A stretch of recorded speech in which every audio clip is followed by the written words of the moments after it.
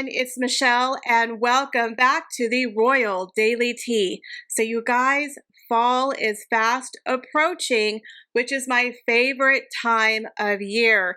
In Texas, we say it's fall, y'all. We even have decor that says that, I know.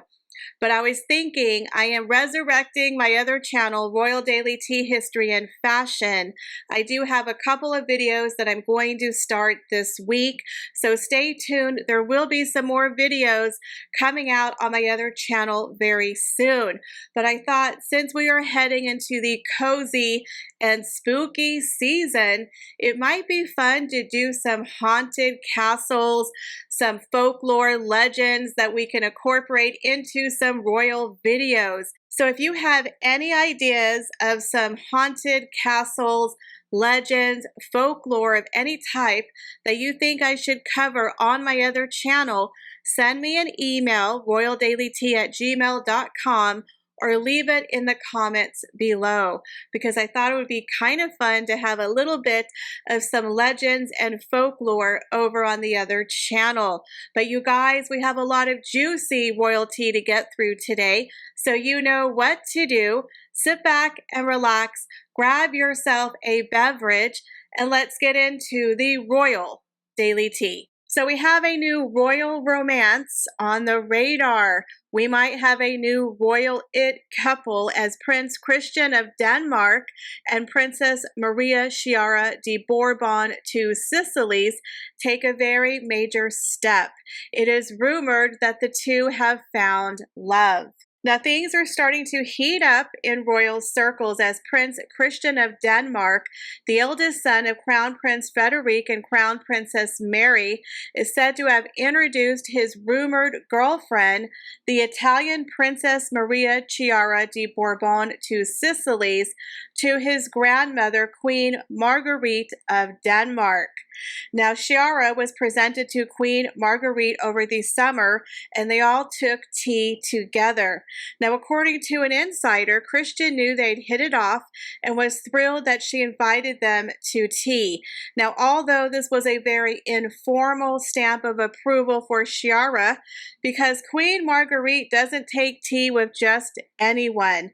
The source added that Queen Marguerite takes a very particular interest in Christian's private life as he is second in line to the throne. Princess Maria Chiara de Borbone-Two Sicilies, say that 3 times, is the youngest daughter of Prince Carlo, the Duke of Castro, who was the great-great-great-grandson of Francis II, the last king of 2 Sicilies, Sicily and Naples. Now, they don't have any claim to the throne. They're known as pretenders to the throne, but this family is extremely wealthy.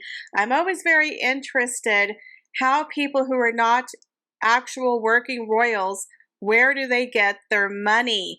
But they look like a very well-connected family. Now, the couple caused a major stir when they were photographed together at Monaco Grand Prix, but Christian and Chiara are long-standing family friends.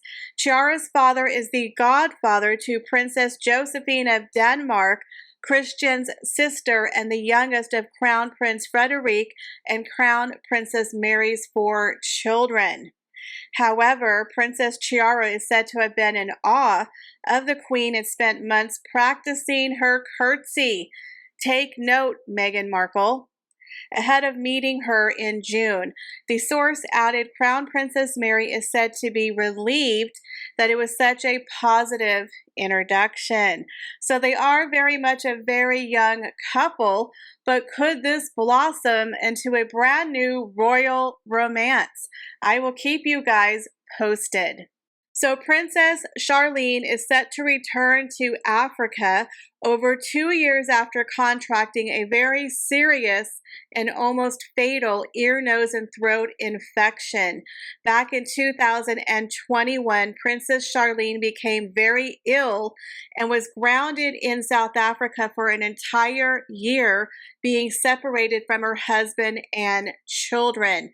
Now, this time around, she will be accompanied by her husband husband, Prince Albert. Princess Charlene of Monaco is set to return to Africa next month with her husband, Prince Albert. The former Olympic swimmer will attend her foundation, the Princess Charlene of Monaco Foundation, South Africa's inaugural water bike challenge in Sun City. Now, the PCM FSA is thrilled to bring the water bike challenge to South Africa and create an exciting platform for raising awareness about water safety. Now, this was the quote from Chantel Woodstock, the CEO of the foundation's arm in South Africa. I do believe she is the sister of Princess Charlene.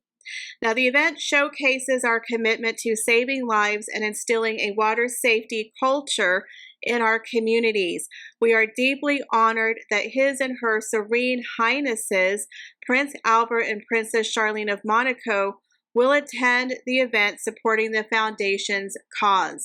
Now, this will be the very first time that Princess Charlene has returned to Africa since she contracted the very severe ear, nose, and throat infection. Now, according to the foundation, the event promises to be a very unforgettable day filled with thrilling competitions, celebrity appearances, and fundraising efforts in support of the foundation's remarkable projects. Now, the last time they had this event back in 2020, Princess Charlene participated, but she will not be competing this time around. So it's nice that her husband will be joining her in Africa this time. Now, we do know that Princess Charlene had a very hard time over the last 2 years. She has struggled immensely with her health, so we only wish her the very best moving forward. So Meghan Markle, in my opinion, she's up to something. You know, people like Meghan Markle, what they say is a leopard never changes their spots. She quietly works in the background on the periphery or the peripheral, stalking her prey. That's right. So if you remember, Meghan Markle, she snared a Prince Harry, but she didn't do it overnight, y'all. It took some planning and some plotting. She was very smart and very strategic on how she befriended people in his outer circle, eventually working her way up to the middle, where she got that cute introduction where he fell in love with her wearing puppy dog ears on a friend's, quote, Instagram page. Now, we don't know if that's the true story of their meet cute, but nonetheless, Meghan Markle had befriended quite a few people in Harry's circle. That wasn't by chance. That wasn't a coinky-dink. It wasn't destiny. It was a plan. So now Meghan Markle is once again plotting and planning. In my opinion, she is definitely setting her sights on the future for 2024 and beyond, possibly setting herself up for politics or maybe major movie success, sans Harry. Now, Meghan Markle has some brand new, very well-connected new BFFs, and it's not Glow or Oprah or Tyler Perry. She's now slowly gathering herself into the outer banks of political people. She was seen celebrating her birthday with Senator Cory Booker's ex, who's now engaged to an Oscar-nominated filmmaker, and Julia Roberts, highbrow hippie hairdresser. I mean, look, you got to get in the back door. You got to get in the side window. And that's what Meghan Markle's doing. She's befriending hairdressers to the stars. People who are connected to Julia Roberts. She's hanging out with senators' ex-girlfriends and who's also well connected to Kamala Harris. Now, this is not an accident or a coincidence. This is by design. So Meghan Markle was seen dining for a belated birthday celebration with Cleo Wade and Katie Lee. Now, she has no shortage of celebrity friends like Serena and Oprah, Ellen and Tyler Perry, that they're not really doing anything for Meghan. I think they have served their purpose. She has squeezed all of the juice that she can get out of them. Now she has her sights on another circle that has ties to politics and, of course, higher movie success. Now, Katie, the hairdresser and owner of the highbrow hippie salon in Venice, California, has A-list Oscar-winning clients like Julia Roberts, Brad Pitt, Sigourney Weaver, and she's also pretty friendly with people like Michelle Obama. Very interesting. Now, meanwhile, the New Orleans-born Cleo is also better connected in the world of politics.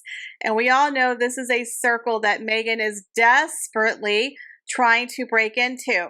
Now, the 33-year-old mother of two is often spotted in the front row of fashion shows, and of course, by the side of her very well-connected and rich fiancé, Simon Kinberg, an Oscar-nominated filmmaker who wrote the X-Men films, produced Deadpool and The Martian. You cannot get any more A-list than that.